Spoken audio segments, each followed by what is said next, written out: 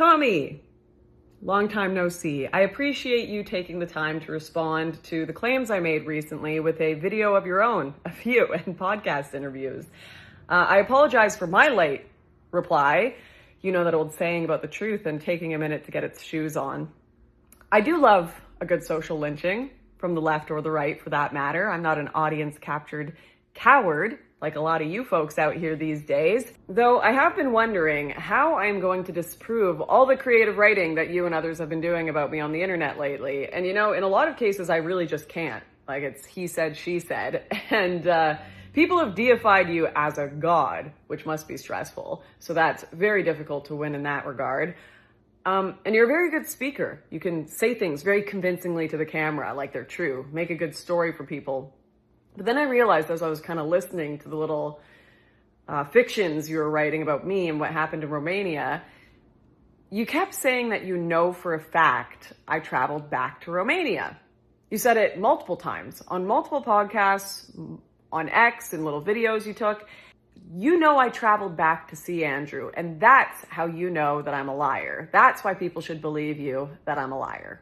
Then she went back out to Romania to see him again. No, I know she went back out to see him. She went back out to see him. She goes back out to see him. She flew back out to see him. You see, the only problem with that little tale, Tommy, is you took the story too far. If you just kept it to kind of things that couldn't really be proven, you might have gotten away with it too. But I happen to have travel documents that directly disprove this claim, 100%.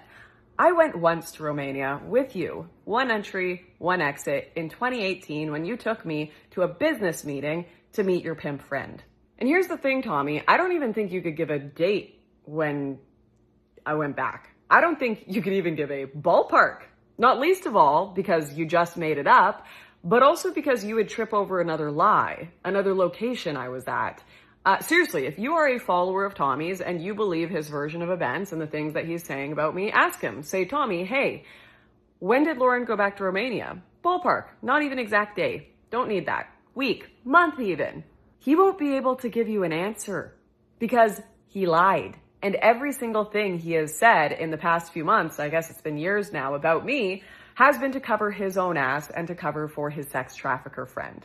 Like I said, I may not be able to disprove every single fabrication you've told about me. That's just he said, she said. But I can disprove this one. And I'd like to think when it's something this serious and a lie that big, it'll make intelligent people think twice about all the other things you're saying about me. And you know, the craziest part to me is that even if the rest of the stuff you made up, like that story about seeing me in the hotel or, you know, even going back to Romania, even if that stuff was true, it wouldn't discount anything else that I said. It wouldn't. And I hope people press you on this. I hope they ask you, when did she go back to Romania, Tommy? Even better, what was the first thing she said to you when you saw her in the taxi in the morning? Why won't you answer that? Because this is serious. It's not just about us. There are 40 plus victims, known victims, women and girls, British women and minors, the very people you claim to protect. This isn't just about our egos or our reputations. This is a much bigger case than that. Like, seriously, if you're watching this, forget about me. I'm a mess. I'm a mess. I mean, obviously I've seen all of the crazy stuff about myself on X, on the internet, of course. And, you know, I'd say a good half of it, if not more, is just unhinged creative writing to obfuscate from some of the more serious claims I've been making over the last bit. A lot of it being pushed by people directly getting paid by the Tate brothers, by the way.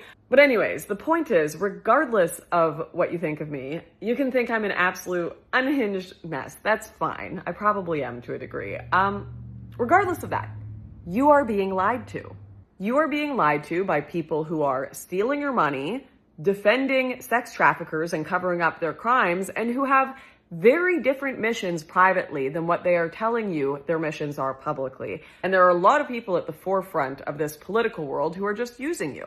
And I see so many people walking into it just without questioning, oh, they're not the mainstream media, so these people would never lie to me. What do you mean? And hey, Tommy, once again, let's address another little claim you keep making. Andrew Tate's attempted takedown called Hope Not Hate. I know that they pay people tens of thousands of pounds. They liaise between the media and the person. So they'll go give a girl 20 grand. Then they'll line up BBC to interview the girl. So BBC's hands are clean. They haven't paid anyone. I'm sitting talking. I think, how much have you been paid? They paid the girls. And I guarantee you they've been in contact with every girl Andrew Tate's ever contacted. I guarantee you. You keep saying on all these podcasts that these 40 plus women are being paid off. I know I didn't get paid. And I know that there's no proof for any of the other women getting paid, the 40 plus other known victims. Unless you have some, feel free to post it. No one's getting paid, except for you, actually. You got $30,000 from the Tate brothers, which is really curious. Or is it just 30 pieces of silver? You'll have to remind me. Seriously, though, the only ones who seemingly are getting any money for any of this conversation are the ones supporting the sex traffickers. And, you know, even just the whole notion or idea that this was like a setup or a hit job by these left-wing NGOs is so absurd when you actually take more than 1 second to think about it. Like, were they clairvoyant? I need you to explain this to me. No one knew who Tate was back in 2018 when you took me to see him for this business meeting.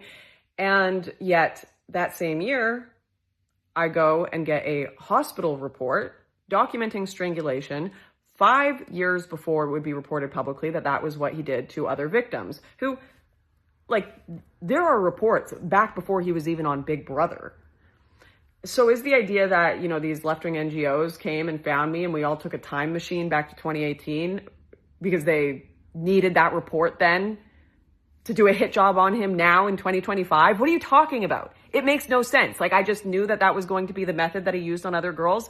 And lastly, let's touch on the fact that you brought me out to Romania under the guise of a business meeting to meet this guy, Andrew, that you claimed was a stand-up dude and was totally going to invest in this business project, this, you know, what was it called? The Front, the kind of media project that we were going to work on together. It was a totally legitimate business meeting that you were taking me to.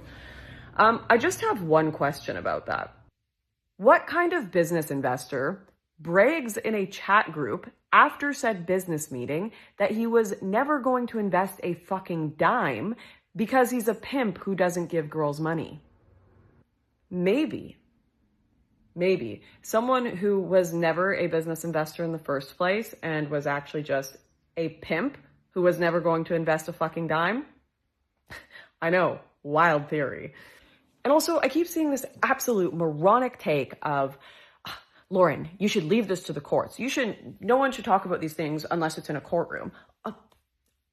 But the sex trafficker should get to speak all day long on major networks, slandering the 40 plus victims as much as he wants. Well, they don't have a voice. Well, these people remain anonymous.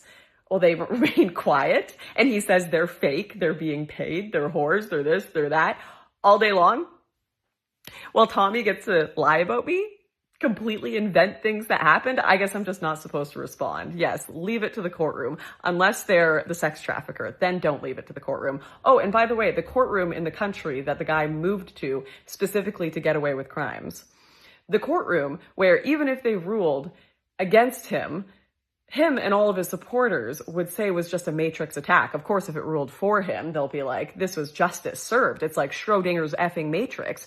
Good thing happen, not Matrix. Bad thing happen, Matrix.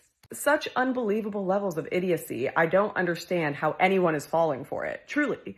Anything I can do to bring people closer to truth is a good thing. And not just for the girls, for the men too, for this entire space. Like all the guys that are getting rug pulled, having their money siphoned out of them in these fake fundraisers, these fake courses, just people's brains being broken by all this nonsensical advice and clickbait that's wrecking their relationships and wrecking their sense of reality.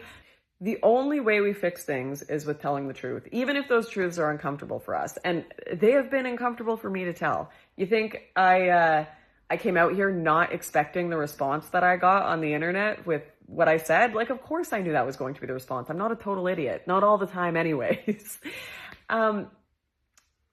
Like, you don't get to question the gods of materialism at your time and get away unscathed. That's not how it works. But just hear me out, people that are kind of following this dissident sphere or whatever, or not, just people that care about truth in general.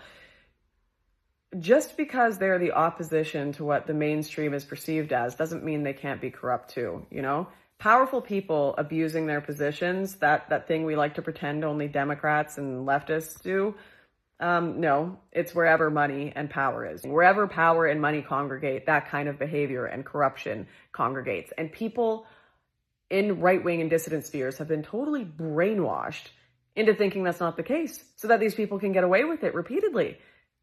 It's been crazy work to watch. Anyways, Tommy, back to you. I don't hate you. Like, genuinely, I do not hate you. I get how easy it is to lose sight of what you initially set out to achieve. And I do think you started with a good goal. And I think there's good reasons that people have gravitated towards you, but it's, you can't build any good foundation for change on lies. Like, you can't. That's just not how, the more important battle going on here works. But you know, Tommy, I still think there is a way out with truth. For you too, no matter where you are right now. I know it's, I know you've doubled down now, so that's really difficult, because walking back everything you've said and lied about would really do a lot of damage to your reputation. But maybe reputation isn't the most important thing in all of this. You know, I've lost mine in a lot of ways, often due to my own mistakes, but also because I've questioned things I shouldn't have questioned, both in the right-wing and left-wing orthodoxies. And I don't think that reputation and ego are at the point of all of this. But yeah, I'm not coming out here and saying I'm perfect. I'm the truth teller that's going to save a generation. I'm telling more truths for sure than I think, definitely than I was before, and definitely more than you. But I still have work to do on myself. I've had to tell a lot of uncomfortable truths to myself, to my family, to the internet. And no, the result of doing that has not been mass reward. Wow, we love this, Lauren. Has it ever been, though? You know, I've done this for 10 years. Getting mass canceled for being right about things too early, or saying things that I'm not supposed to because they question certain orthodoxies. And definitely when you spent 10 years questioning orthodoxies on the left and getting mass canceled by that, and then you go and question certain orthodoxies and structures on the right, you're kind of left an island unto yourself, and that's not a great place to be. But it actually, in reality, it feels very good, because I don't feel I'm making the world a worse place, and I don't feel I'm part of the oncoming corruption that is going to be the right-wing movement if people are unable to look at what they're creating and the unquestioning nature of it, kind of the cult-like dynamics there. And the lies, the covering up for sex traffickers, that's pretty damn bad. And it has a lot more to do with other people than our own egos or our reputations. So I don't really want to be complicit in that. And if I can push back on it, that's good. That's good. Feel free to cancel me, make up all the rumors you want about me. I'm not sure there's anything left to make up about me. Like, my goodness, the things I have done based on what the internet think. Wow, I've been a busy lady. This will all eventually go to court anyways, and maybe people will take it a little more seriously then. It's definitely not going away, so you might want to, if you are on the side of making stuff up about 40 plus victims, lying, and covering up for sex traffickers, you might want to reconsider that right now. Just a suggestion. But until then, I don't mind being a voice for truth and the public punching bag for things the world doesn't want to hear yet. Lord knows I have been here before. Yeah. I wasn't going to do this in a video form initially, because I do not like doing the video stuff. I just prefer not to do videos these days.